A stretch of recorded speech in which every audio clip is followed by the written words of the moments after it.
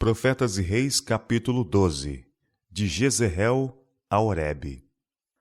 Com a exterminação dos profetas de Baal, estava aberto o caminho para uma poderosa reforma espiritual entre as 10 tribos do Reino do Norte. Elias havia posto perante o povo a sua apostasia, tinha-os convidado a humilhar o coração e tornar-se para o Senhor. Os juízos do céu tinham sido executados. O povo havia confessado seus pecados e reconhecido o Deus de seus pais como o Deus vivo. E agora a maldição do céu devia ser retirada e renovadas as bênçãos temporais de vida. A terra devia ser refrescada com chuva. Sobe, come e bebe, disse Elias a Acabe, porque ruído há de uma abundante chuva. Então o profeta se dirigiu ao alto do monte para entregar-se à oração. Não foi porque houvesse qualquer evidência externa de que águas estavam para desabar que Elias tão confiantemente mandou que Acabe se preparasse para a chuva. O profeta não viu nenhuma nuvem nos céus. Ele não ouvira nenhum trovão. Simplesmente proferira a palavra que o Espírito do Senhor o havia movido a falar em resposta à sua firme fé. Resolutamente havia ele feito a vontade de Deus através do dia e havia manifestado implícita confiança nas profecias da palavra de Deus. E agora, havendo feito tudo o que estava em seu poder, sabia que o céu outorgaria livremente as bênçãos preditas. O mesmo Deus que havia enviado a estiagem tinha prometido abundância de chuvas como recompensa do reto proceder. E agora Elias esperava pelo derramamento prometido. Em atitude de humildade, o seu rosto entre os seus joelhos, intercedeu com Deus em favor do penitente Israel. Uma e outra vez, Elias enviou seu servo a observar de um ponto que dominava o Mediterrâneo, a fim de verificar se havia qualquer sinal visível de que Deus tivesse ouvido sua oração. A cada vez o servo retornava com a resposta: não há nada. O profeta não se impacientou ou perdeu a fé, mas continuou sua fervente petição.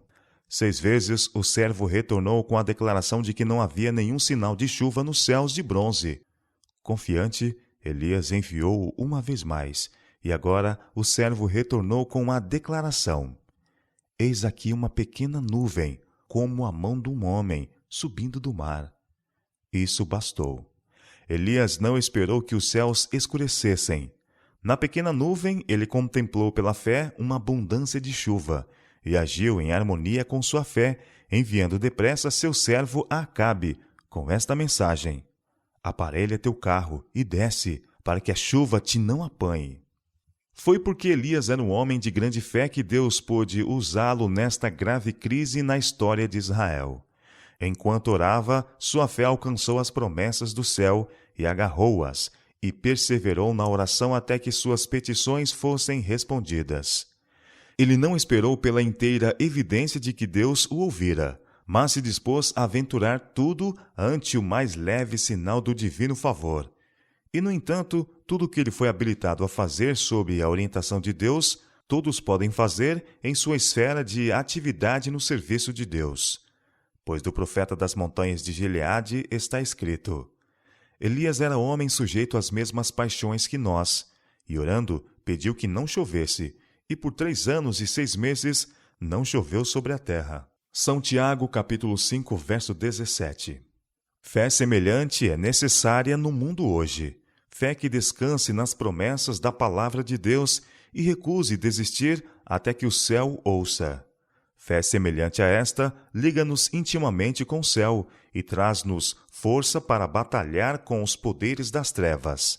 Pela fé, os filhos de Deus venceram reinos, praticaram a justiça, alcançaram promessas, fecharam as bocas dos leões, apagaram a força do fogo, escaparam ao fio da espada, da fraqueza tiraram forças, na batalha se esforçaram, puseram em fuga os exércitos dos estranhos. Hebreus capítulo 11, versos 33 e 34. E pela fé devemos alcançar hoje os mais altos propósitos de Deus para nós. Se tu podes crer, tudo é possível que crê. São Marcos capítulo 9, verso 23. A fé é um elemento essencial da oração perseverante. É necessário que aquele que se aproxima de Deus creia que ele existe e que é galardoador dos que o buscam. Se pedirmos alguma coisa segundo a sua vontade, ele nos ouve. E se sabemos que nos ouve em tudo o que pedimos, sabemos que alcançamos as petições que lhe fazemos. Hebreus capítulo 11, verso 6, 1 São João capítulo 5, versos 14 e 15. Com a perseverante fé de Jacó, com a inquebrantável persistência de Elias, podemos apresentar nossas petições ao Pai, reclamando tudo o que nos tem prometido. A honra de seu trono está comprometida no cumprimento de sua palavra. As sombras da noite envolveram o Monte Carmelo, enquanto Acabe se preparava para descer. E sucedeu que, entretanto, os céus se enegreceram com nuvens e ventos, e veio uma grande chuva. E Acabe subiu ao carro e foi para Jezreel.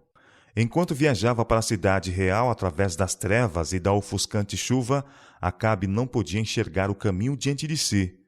Elias, que, como profeta de Deus, tinha decidido humilhado Acabe diante de seus súditos e morto seus sacerdotes, reconhecia ainda nele o rei de Israel. E agora, como um ato de homenagem e fortalecido pelo poder de Deus, corria na frente da carruagem real, guiando o rei à entrada da cidade. Neste gracioso ato do mensageiro de Deus mostrado a um ímpio rei, há para todos que se dizem servos de Deus, mas que são exaltados em sua própria estima, uma lição. Aos que se sentem acima da obrigação de realizar tarefas que lhes pareçam amesquinhantes.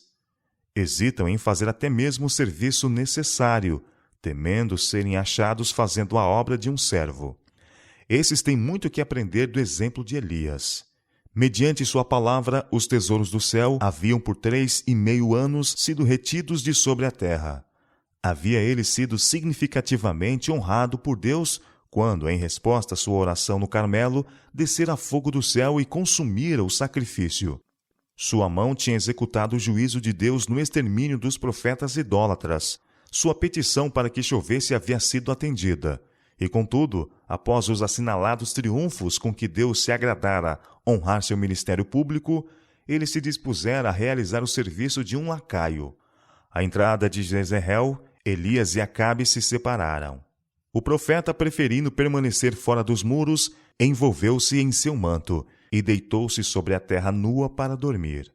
O rei, entrando na cidade, alcançou logo o resguardado abrigo de seu palácio, e aí relatou à sua esposa os maravilhosos acontecimentos do dia e a admirável revelação do poder divino que provara a Israel ser Jeová, o verdadeiro Deus, e Elias, seu mensageiro escolhido. Contando Acabe, a rainha, o morticínio dos profetas idólatras, Jezabel, endurecida e impenitente, ficou enfurecida.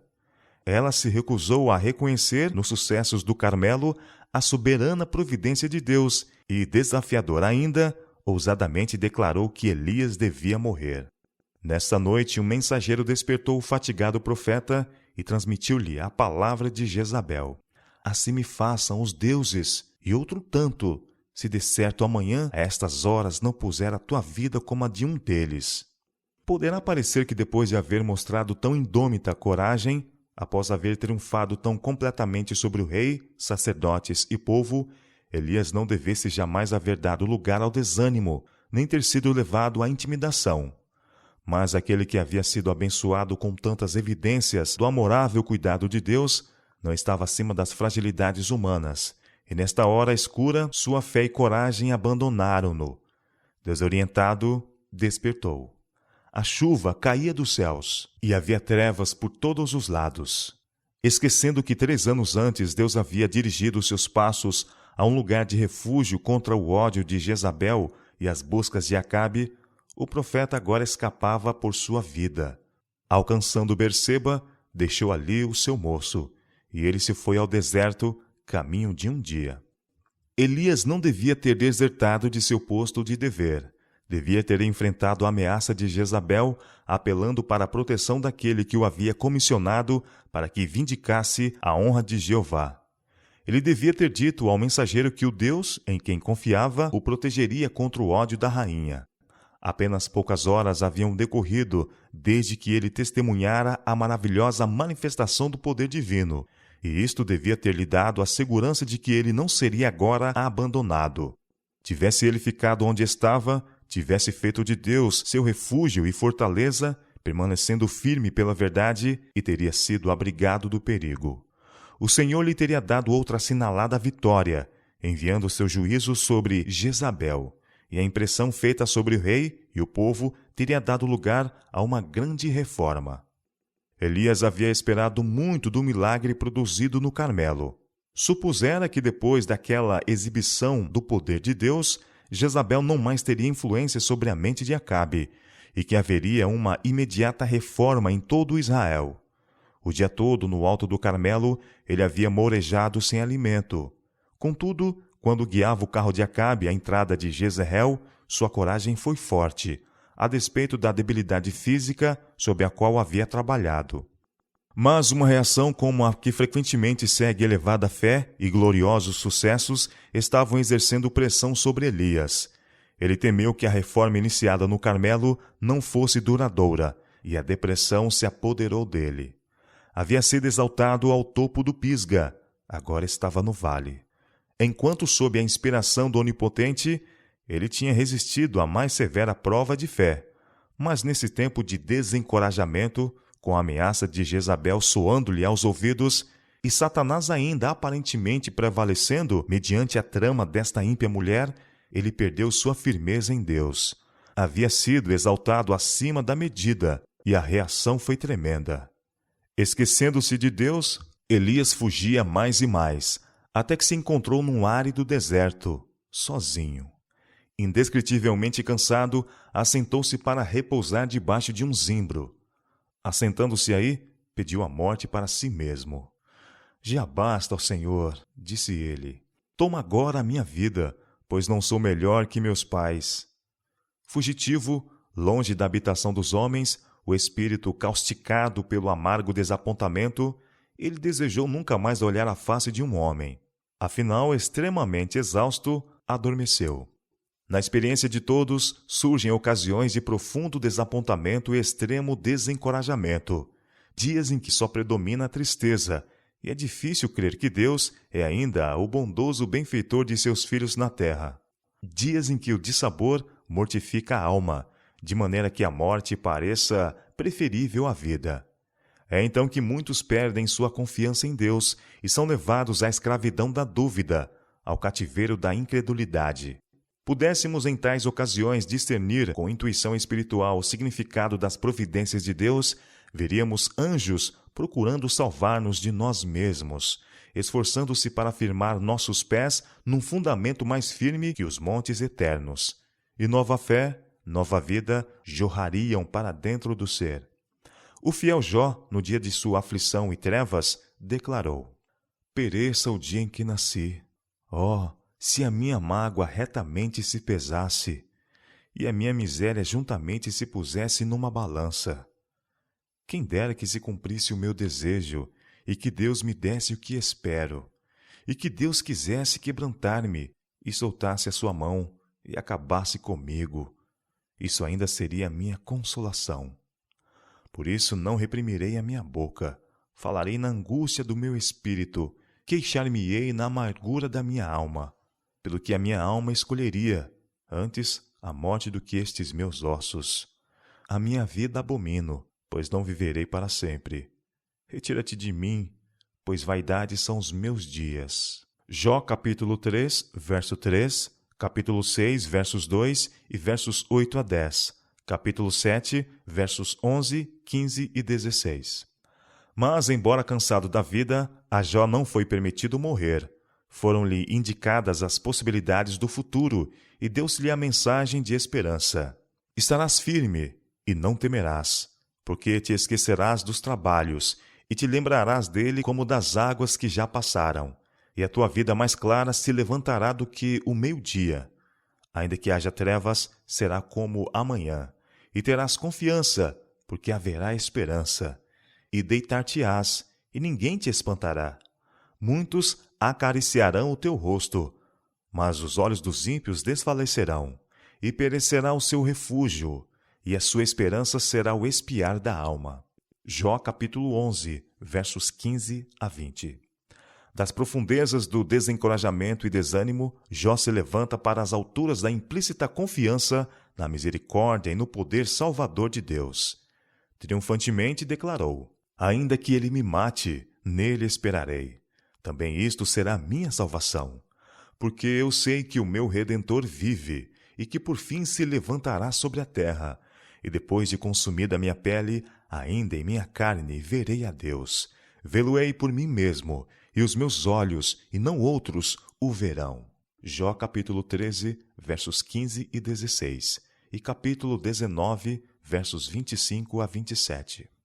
Depois disto, o Senhor respondeu a Jó num redemoinho, e revelou a seu servo a força do seu poder. Quando Jó teve um vislumbre de seu Criador, abominou-se a si mesmo, e se arrependeu no pó e na cinza. Então o Senhor pôde abençoá-lo abundantemente e fazer os seus últimos dias os melhores de sua vida. Esperança e coragem são essenciais ao perfeito serviço para Deus. Estes são frutos da fé. O desânimo é pecaminoso e irrazoável. Deus está em condições e disposto a outorgar a seus servos mais abundantemente a força de que necessitam para a tentação e prova. Os planos dos inimigos de sua obra podem parecer bem assentados e firmemente estabelecidos, mas Deus pode subverter os mais fortes deles. E isso ele faz em seu devido tempo e maneira, quando vê que a fé dos seus servos foi suficientemente testada. Para o desalentado, há um seguro remédio: fé, oração e trabalho. Fé e atividade proverão segurança e satisfação que hão de aumentar dia a dia. Estais tentados a dar guarida a sentimentos de ansiedade ou acérrimo desânimo? Nos dias mais negros, quando as aparências parecem mais agressivas, não temais. Tende fé em Deus. Ele reconhece vossas necessidades, possui todo o poder. Seu infinito amor e compaixão são incansáveis. Não receeis que ele deixe de cumprir sua promessa. Ele é eterna verdade. Jamais mudará o concerto que fez com os que o amam, e concederá a seus fiéis servos a medida de eficiência que suas necessidades demandem. O apóstolo Paulo testificou: e disse-me: a minha graça te basta, porque o meu poder se aperfeiçoa na fraqueza. Pelo que sinto prazer nas fraquezas, nas injúrias, nas necessidades, nas perseguições, nas angústias por amor de Deus, porque quando estou fraco, então sou forte. 2 Coríntios capítulo 12, versos 9 e 10. Abandonou Deus a Elias em sua hora de provas? Oh, não! Ele não amava menos seu servo quando este sentiu-se abandonado de Deus e dos homens, do que quando, em resposta à sua oração, flamejou o fogo do céu e iluminou o topo do monte. E agora, havendo Elias adormecido, um suave toque e delicada voz o despertou. Ele se ergue aterrado como quem vai fugir, temendo que o inimigo o tivesse descoberto. Mas a face compassiva que se inclinava sobre ele não era a de um inimigo, mas de um amigo. Deus tinha enviado um anjo do céu com alimento para seu servo. Levanta-te e come, disse o anjo. E olhou, e eis que à sua cabeceira estava um pão cozido sobre as brasas e uma botija de água. Depois de haver se servido do repasto, para si preparado, Elias deitou-se de novo e adormeceu. Pela segunda vez veio o anjo. Tocando o exausto homem, disse com terna piedade: levanta-te e come, porque muito comprido te será o caminho. Levantou-se, pois, e comeu e bebeu, e com a força daquela caminhada, caminhou 40 dias e 40 noites até Horebe, o monte de Deus, onde encontrou refúgio numa caverna.